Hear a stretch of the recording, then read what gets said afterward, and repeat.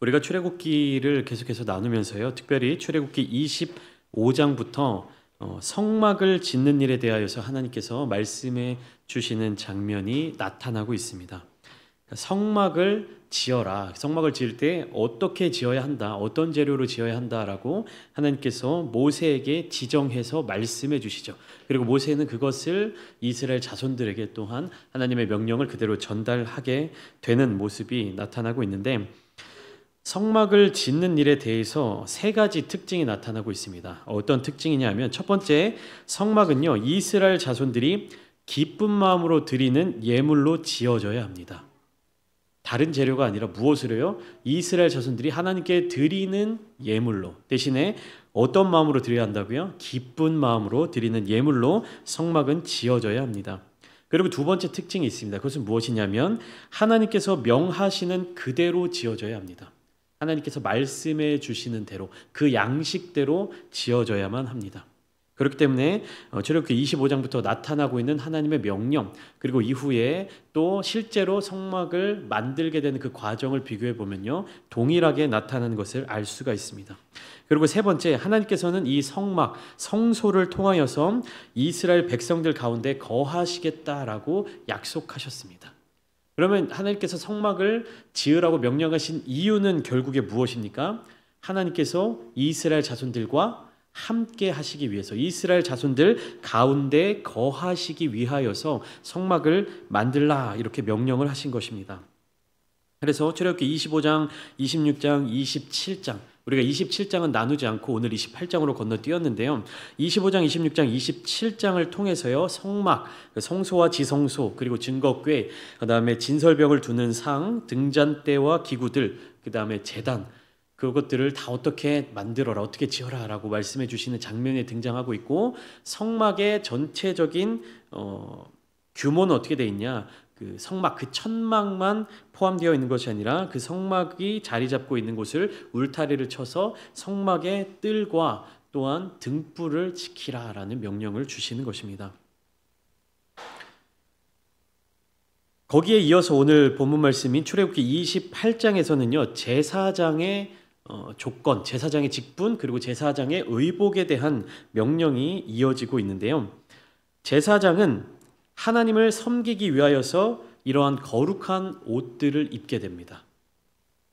거룩한 것이 제사장이 아니에요. 성경 본문 말씀을 잘 읽어보시면요, 제사장이 거룩하다라고 말씀하고 있지 않습니다. 무엇이 거룩하냐면, 제사장이 입는 옷을 거룩하게 하라, 이렇게 명령하고 계십니다. 그리고 그가 그 거룩한 옷을 입음으로써 거룩한 존재로 인정받게 되는 것이에요. 제사장이 거룩한 존재로 인정받게 되는 이유가 무엇이라고요? 거룩한 옷을 입었기 때문에. 그래서 제사장은요, 이 거룩한 옷을 입는 것으로 말미암아 이것을 통하여서 하나님을 섬기는 자가 된다라는 것입니다. 제사장은요, 하나님을 섬기는 자여야 해요. 그리고 하나님을 섬기기 위해서는요, 그는 거룩한 옷을 입어야만 했습니다. 제사장이 입은 이 옷의 재료들과 색을 보면 우리가 몇 주 전에 나누었던 이 성막을 덮는 휘장들을 떠올릴 수가 있습니다. 하나님의 성소와 지성소를 덮는 지붕을 무엇으로 만들어라 라고 말씀해 주셨는데요. 그 성막을 만들 때, 성소를 만들 때 하나님이 거하시는 그 장소에 쓰여지는 재료, 그리고 거기에 쓰여지는 색, 거기에 쓰여지는 모양들이 바로 제사장의 옷을 만드는 어떤 재료와 색깔과 그다음에 모양을 기억나게 한다라는 것입니다. 이 말은 무슨 말이냐면, 제사장은 바로 성막의 한 부속물, 즉 일부처럼 보인다는 것이에요.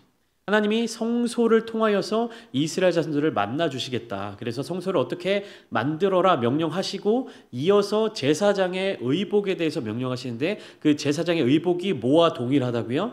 성막, 성소와 지성소를 덮는 천, 지붕, 그 재료들과 그리고 색상들과 이런 것들이 동일하게 나타나는 것을 우리가 발견할 수 있는 것입니다. 즉 무슨 말이냐, 하나님은 이 성막을 통하여서 이스라엘 백성들과 함께 지내실 것인데, 제사장은 성막의 일부분과 같은 존재로 성막 가운데에 함께 서 있는 것입니다.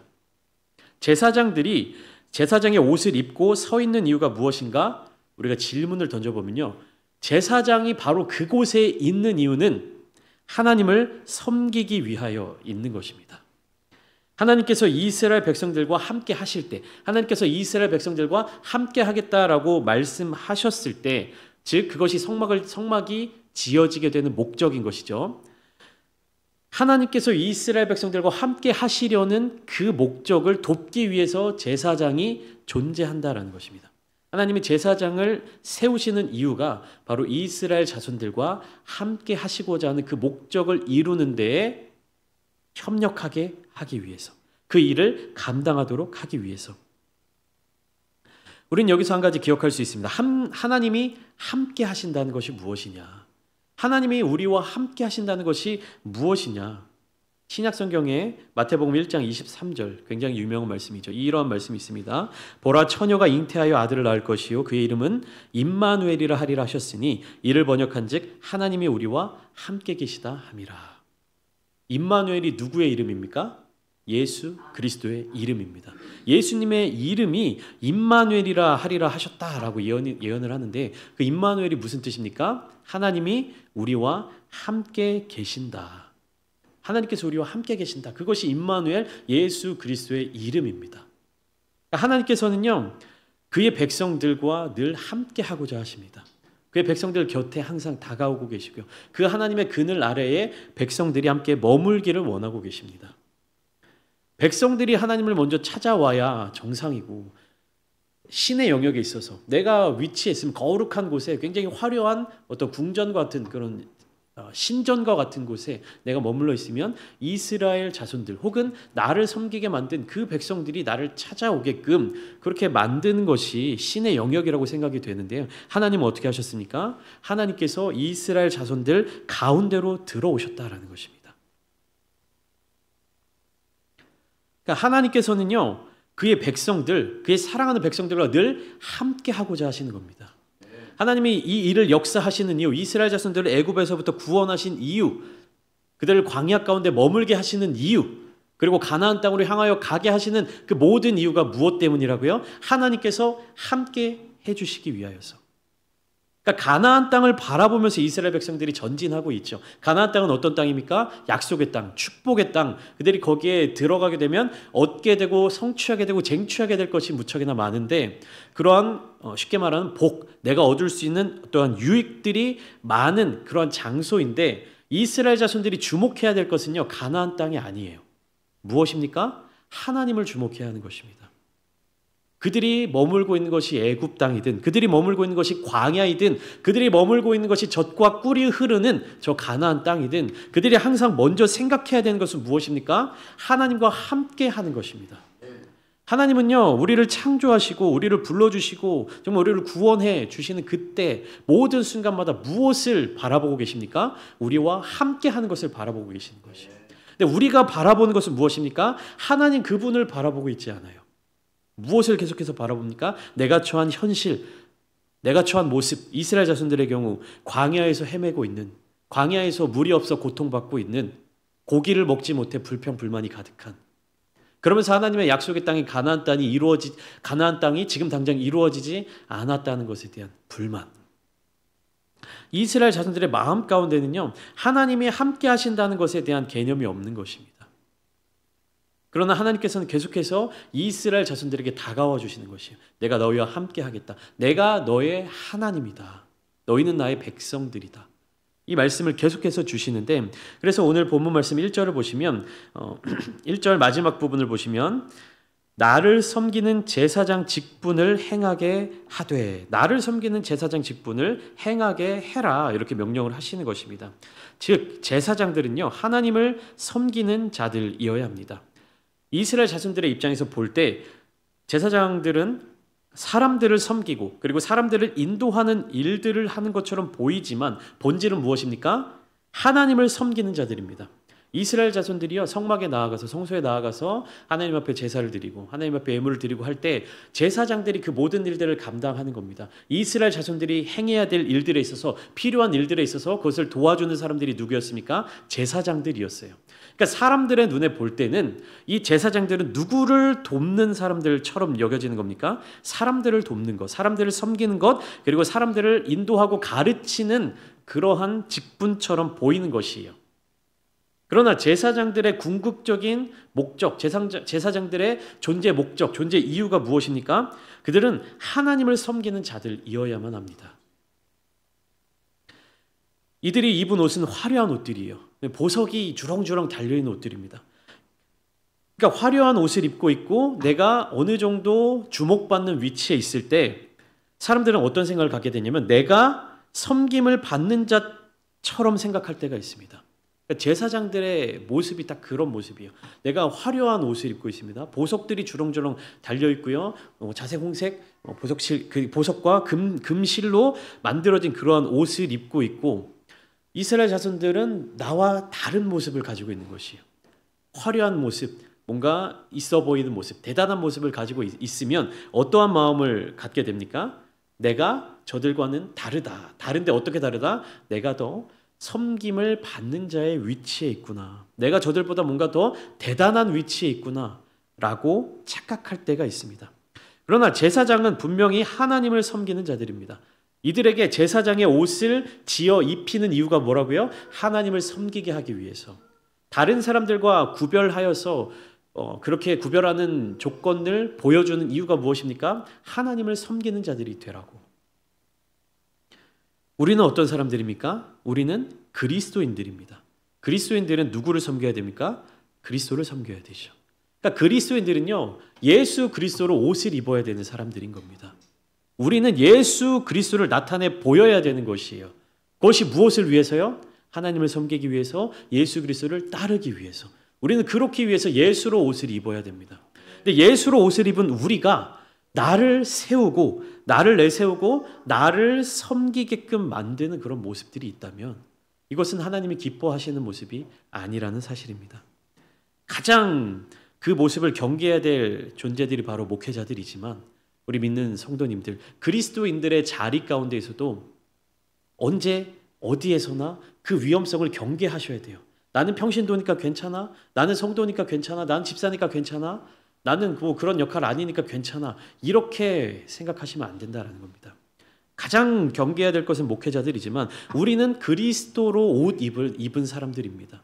그리스도를 나타내 보여야 하는 사람입니다. 그리스도는 어떤 분이십니까? 섬기기 위해 이 땅에 오신 분이십니다. 섬기는 자가 되셨어요. 이 출애굽기에서는요, 하나님께서 제사장들에게 제사장의 옷을 입혀서 하나님을 섬기게끔 만드셨지만 예수님, 성자 하나님이신 예수님께서는 이 땅에 내려오셔서 무엇을 행하셨습니까? 스스로 가장 낮은 자리에 내려가서 섬기는 자의 위치에 서셨습니다. 섬기셨어요. 그리고 제자들을 향하여서 내가 너희를 섬겼던 것 같이 너희도 섬겨라, 사랑해라, 이렇게 명령하셨습니다. 우리가 나누진 않았지만 출애굽기 27장을 보면요, 마지막 절이 20절과 21절인데 이렇게 기록되어 있습니다. 제가 읽어드리겠습니다. 너는 또 이스라엘 자손에게 명령하여 감람으로 짠 순수한 기름을 등불을 위하여 네게로 가져오게 하고 끊이지 않게 등불을 켜되 아론은 그의 아들들로 회막안 증거궤 앞 휘장 밖에서 저녁부터 아침까지 항상 여호와 앞에 그 등불을 보살피게 하라. 이는 이스라엘 자손이 대대로 지킬 규례이니라. 그러니까 성소, 성막에 필요한 요소들을 어떻게 만들어라 명령하신 하나님께서는요, 마지막 명령으로 무엇을 이야기하셨냐면 이스라엘 자손들에게는 감람으로 짠 순수한 기름을 등불을 위하여 가져오게 해라. 이스라엘 자손들이 해야 될 일은 무엇입니까? 그 순수한 기름을 성소로, 성막으로 제사장들에게 가져와야 되는 것입니다. 그리고 제사장들은 무엇을 해야 되는 겁니까? 회막 안 증거궤 앞 휘장 밖에서 저녁부터 아침까지 항상 여호와 앞에 그 등불을 보살피게 해야 한다는 것입니다. 밤새도록 잠을 자지 않고 무엇을 하라는 겁니까? 이 등불, 하나님의 빛을 지키라는 것입니다. 대접받고자 하는 사람, 내가 더 높은 자리에 오르고자 하는 사람이 감당할 수 있는 역할이 아니라는 사실입니다. 이들의 역할은 본질적으로 하나님의 명령에 따라서 하나님의 그 등불을 지키는 자들이 되어야 한다는 것입니다. 내가 빛나고 내가 드러나고 내가 높아지는 것이 아니라 무엇이요? 하나님의 등불이 꺼지지 않게끔 보살피는 역할을 해야 한다는 것입니다. 오늘 본문 2절 말씀을 보시면 내 형 아론을 위하여 거룩한 옷을 지어 영화롭고 아름답게 할지니 라고 하나님께서는 명령을 이어가시는데요. 잘 보시면 2절 말씀은 잘 살펴보세요. 짧은 절인데 아론이 입을 옷이 거룩한 옷입니다. 그리고 거룩한 옷을 입을 때 영화롭고 아름답게 되는 것입니다. 다시요. 아론이 영화로운 자가 아닙니다. 아론이 거룩한 자가 아닙니다. 아론이 어떻게 될 때 영화롭고 아름다워지는 겁니까? 거룩한 옷을 입을 때. 그 옷을 입을 때 아론은 영화롭고 아름다워지는 것입니다. 아론이 거룩한 옷을 입지 않았을 때는 어떤 존재겠습니까? 죄인이죠. 그의 몸에 죄악으로 가득 찬, 죄를 드러내고 있는, 그러나 그의 몸을 거룩한 옷으로 가릴 때 어떤 자가 된다는 겁니까? 영화로운 자가 된다는 것입니다. 즉 아론은요, 하나님이 명하신 대로 지은 그 옷을 입지 않으면 영화롭지도 않고 아름답지도 않습니다. 그가 아름답고 영화로운 이유는 무엇입니까? 거룩한 옷을 입었기 때문에. 그러면 이 아론이 입을 이 거룩한 옷은 어떻게 만들어지는가? 3절과 4절 말씀입니다. 만드는 사람들에 대해서 이렇게 명령하십니다. 마음에 지혜 있는 모든 자, 곧 내가 지혜로운 영으로 채운 자들에게 이렇게 옷을 짓도록 해라. 하나님이 명령하십니다. 마음에 지혜가 있다? 지혜로운 영으로 가득 차 있다? 이 말은 무슨 말입니까? 지혜로운 영은 누구의 영이겠습니까? 하나님의 영이죠. 지혜로운 영은요, 하나님의 영입니다. 잠언 1장 7절 말씀에 이렇게 되어 있죠. 여호와를 경외하는 것이 지식의 근본이거늘 미련한 자는 지혜와 훈계를 멸시하느니라. 잠언 9장 10절 말씀, 여호와를 경외하는 것이 지혜의 근본이요 거룩하신 자를 아는 것이 명철이니라 라고 분명하게 말하고 있습니다. 출애굽기 본문에서는요, 지혜로운 영, 마음의 지혜가 있는 것이 무엇인지에 대해서 명확하게 이야기하고 있지 않지만 이 지혜로운 영은요, 분명한 사실, 하나님의 영이라는 사실입니다. 성령이라는 것이죠. 우리 이사야 11장의 말씀 한번 찾아보면 좋겠습니다. 조금 번거로우시겠지만 11장 1절부터 2절 말씀이요. 이사야서 11장 1절부터 2절 말씀 한번 찾아보시면 좋겠습니다.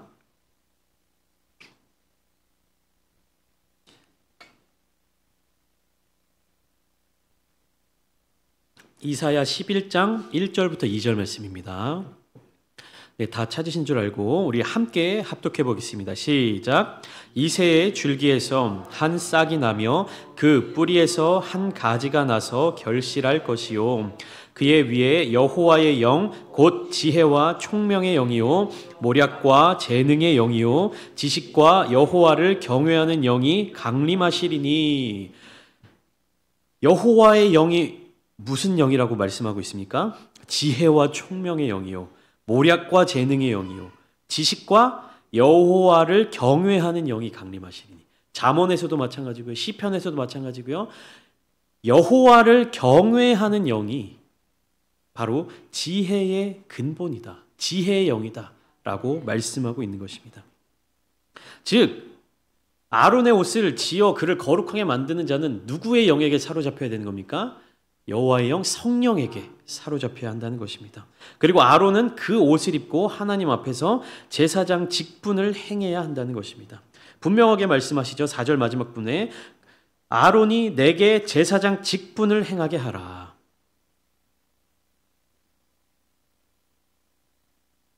3절 말씀 마지막에도 그를 거룩하게 하여 내게 제사장 직분을 행하게 하라.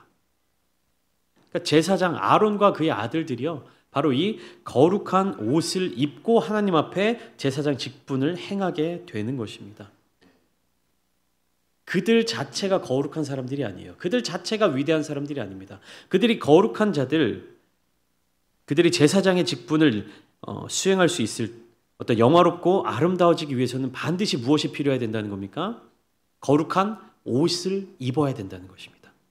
이 거룩한 옷은 어떻게 만들어진다고요? 하나님의 영, 지혜로운 영, 그 영으로 가득 찬 사람들이 제작해야 한다라는 것입니다. 그리고 그 옷을 만들 재료들이 5절 말씀에 기록되어 있는데요. 그들이 쓸 것은 금실과 청색, 자색, 홍색 실과 가늘게 꼰 배실이니라. 이 제사장의 옷을 짓는 데 쓰이는 재료들은 성막의 재료들과 거의 일치합니다. 성막을 짓는 데 쓰는 재료들과 일치하고 있는데요. 거기에 한 가지가 더 추가되어 있습니다. 그러니까 성막의 재료에 무엇이 더 추가되게 되냐면 금실이 하나 더 들어가게 됩니다. 성막의 재료들 출애굽기 26장 1절에 이렇게 기록되어 있는데요. 너는 성막을 만들되 가늘게 꼰 배실과 청색, 자색, 홍색 실로 그룹을 정교하게 수놓은 10폭의 휘장을 만들지니라고 기록되어 있습니다. 그러니까 성막을 만들 때 가늘게 꼰 배실, 청색, 자색, 홍색 실로 이제 수놓으라 이렇게 명령을 하셨는데요. 제사장의 옷에는 금실이 추가되어 있습니다. 금은 무엇을 뜻하냐면요. 정결함을 뜻합니다. 깨끗함을 뜻하는 것이요.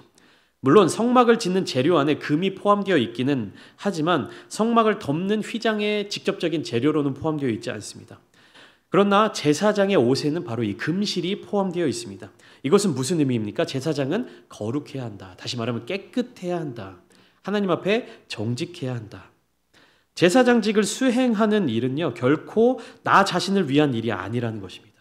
나 자신의 영광, 나 자신의 편안함, 나 자신의 명예에 있어서는 아무런 도움이나 유익이 되지 않는 것이에요. 제사장의 역할을 수행할 때는 반드시 무엇이 중심이 되어야 하는 것입니까? 하나님의 영광. 그것을 위하여 일해야 하는 것이고 그것을 위하여서 제사장의 의복을 갖추어야 한다라는 것입니다. 타락, 성경에서 말하는 타락이 있습니다. 타락이 무엇입니까? 하나님을 섬겨야 하는데 나를 섬기는 것이 타락이에요. 하나님을 섬기고자 창조된 천사들, 그중에 대표적인 루시엘이 어떻게 루시퍼가 되었습니까? 하나님을 찬양하는 존재로 지어졌는데 그 자신이 찬양받고자 하는 욕망이 생겨서 하나님의 자리를 차지하고자 하는 그 교만함 때문에 타락하게 되었죠. 그러니까 하나님을 섬겨야 하는데 나를 섬기게 하는 것이 타락인데 또 무엇이 타락이냐 하면요. 하나님을 섬겨야 하는데 하나님을 섬기지 않고 사람을 섬기는 것도 타락입니다. 그러니까 내가 나를 섬기게 만드는 것도 타락이지만 내가 나를 섬기게 만드는 것이 아니라 다른 사람을 섬기도록 만드는 것도 타락이라는 것이에요. 우리는요. 그래서 그리스도인들은요. 존경의 마음을 표현하는 것, 고마움의 마음을 표현하는 것, 사랑의 마음을 표현할 때도 굉장히 조심해야 합니다. 사람이 영광을 받아서는 안 되는 것이에요. 사람이 칭찬을 받아서는 안 되는 것입니다. 사람이 인정을 받아서도 안 되는 것이에요. 오직 누구의 영광을 드러내야 합니까? 하나님의 영광을 드러내야 한다는 것입니다. 우리의 삶이, 우리의 신앙생활이 하나님을 주목해야 하는 것이에요. 하나님만을 드러내야 하는 것입니다. 나의 영광, 나의 편안함, 나의 명예, 나의 어떠함을 추구해서도 안 된다는 것입니다.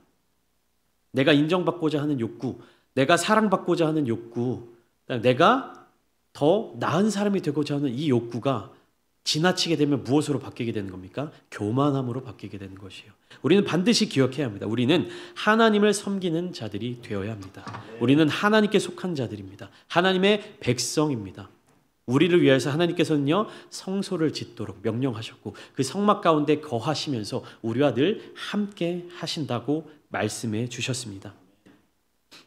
그러나 여전히 이스라엘 자손들이 죄악 가운데 빠져 있고 하나님의 그 음성을 듣지 못하고 하나님의 말씀 가운데로 나오지 못하니까 어떻게 됩니까? 예수 그리스도를 이 땅에 보내시기까지 우리를 사랑하는 마음으로 예수 그리스도를 우리에게 보내심으로 말미암아 하나님이 우리와 함께 하신다라는 그 사실을 증명해 내셨습니다. 누구도 부정할 수 없는 그 십자가의 사랑을 우리에게 보여주셨습니다. 내가 너를 위하여서 나의 목숨까지도 나의 아들까지도 내어놓는다. 너와 함께 하기 위해서. 우리는 죄악 가운데 살 수밖에 없는 사람들입니다. 죄악 가운데 빠져 있을 수밖에 없습니다. 그런 우리와 함께 하시기 위해서 하나님은요 그 하늘 보좌를 버리시고 이 땅 가운데 인간의 몸을 입고 내려오셨다라는 것입니다. 그렇게 죄악의 구렁텅이 가운데로 내려오셔서 십자가를 지시고 죄악, 사망과 죄악의 권세들을 모두 이기시고 우리를 하나님 나라의 생명으로 회복시켜 주셨다. 구원해 주셨다라는 믿음을 가지고 우리가 신앙생활을 해 나가야 하는 것입니다. 제사장의 옷은요, 바로 그러한 역할을 감당하는 것입니다. 나를 드러내는 것이 아니라 하나님 앞에서 하나님을 섬기는 자들로, 하나님을 섬기는 직분을 감당하는 옷이 바로 제사장의 옷입니다. 수많은 몇몇 사람들이 이 구약의 내용, 구약의 뭐 성전 혹은 성막, 구약의 어떤 성소의 개념을 신약의 교회의 어떤 개념과 연결하는 것을 꺼려합니다. 구약의 내용은 구약이고 구약의 제사장이 신약의 사도들이나 오늘날의 목회자의 역할로서 대치될 수 없다. 구약의 모습들은 구약에 끝났다라고 주장하는 분들도 계십니다. 물론 어떤 신학적인 관점으로 보면 그것이 옳은 주장이기도 하지만 결국 제사장의 역할이 무엇입니까? 하나님께 영광을 돌리고 하나님을 섬기는 역할, 그리고 하나님께서 이스라엘 자손들 가운데 함께 하시고자 하는 그 뜻을 이루는 데 앞장서는 역할이 제사장의 역할입니다. 하나님 나라의 백성도 어떠한 백성들입니까? 하나님께 영광을 돌리며 살아가는 자들인 것이죠. 이러한 제사장의 역할, 이러한 하나님의 백성의 역할을 오늘날 우리들에게 적용해 본다면 우리의 모습이 무엇을 향해야 되겠습니까? 하나님을 향해야 되는 것이죠. 우리가 제사장의 옷을 입는다는 것은요, 정말 말 그대로 흉패와 에봇과 이런 것을 다 우리 몸에 걸치는 것을 의미하는 것이 아니라 우리의 마음을 정결한 마음으로 예수 그리스도의 모습을 본받아 그리스도의 피로 우리의 삶을 더 깨끗이 씻어내고 하나님을 향한 우리의 마음을 회복하고 오직 하나님만을 바라보며 나아가야 한다는 것입니다.